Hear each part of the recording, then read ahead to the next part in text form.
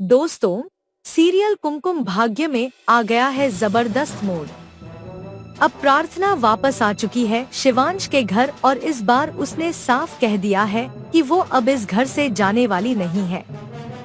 अब देखिए, सोनालिका तुरंत शिवांश से सवाल करती है, तुम कहाँ सोओगे? इस पर शिवांश मुस्कुराकर कहता है, अपने ही कमरे में सोऊंगा। और कहाँ? सोनालिका चौंक कर कहती है, लेकिन वहाँ तो प्रार्थना है ना?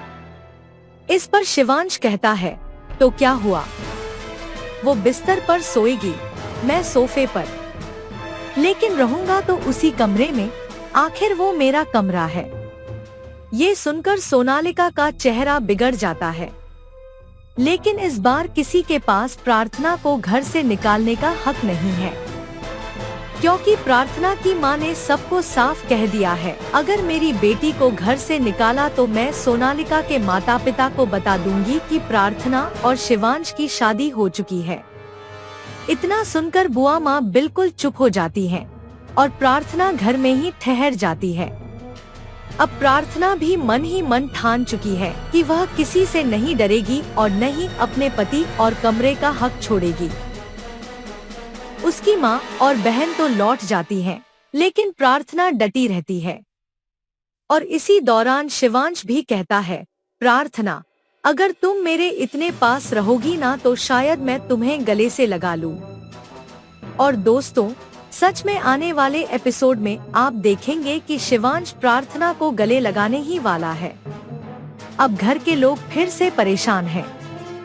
जब प्रार्थना घर छोड़कर गई थी तो सबको चैन मिला था, लेकिन अब उसकी वापसी ने सबको हिलाकर रख दिया है। सबसे ज्यादा टेंशन में है बुआ माँ और सोनालिका। सोनालिका तो चाहती है कि जल्दी से जल्दी शिवांश से उसकी शादी हो जाए, लेकिन जब तक प्रार्थना है तब तक ये मुमकिन नहीं। यहीं से शुरू होगी सोनालिका की चालबाजी।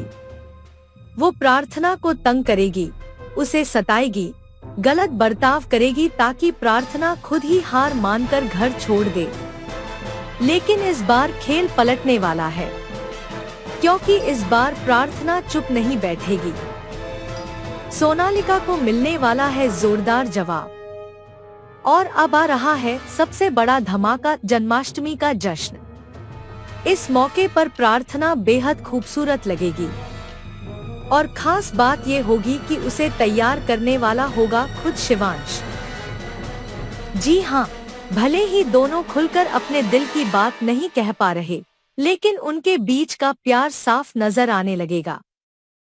शिवांश के मन में अब भी शक है कि शायद प्रार्थना सिर्फ पैसों के लिए लौटी है, लेकिन प्रार्थना जानती है कि उसकी वजह कुछ और है।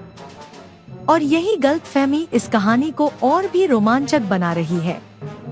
तो दोस्तों, अब असली सवाल ये है, जीत किसकी होगी? चालाक सोनालिका की या हिम्मत वाली प्रार्थना की?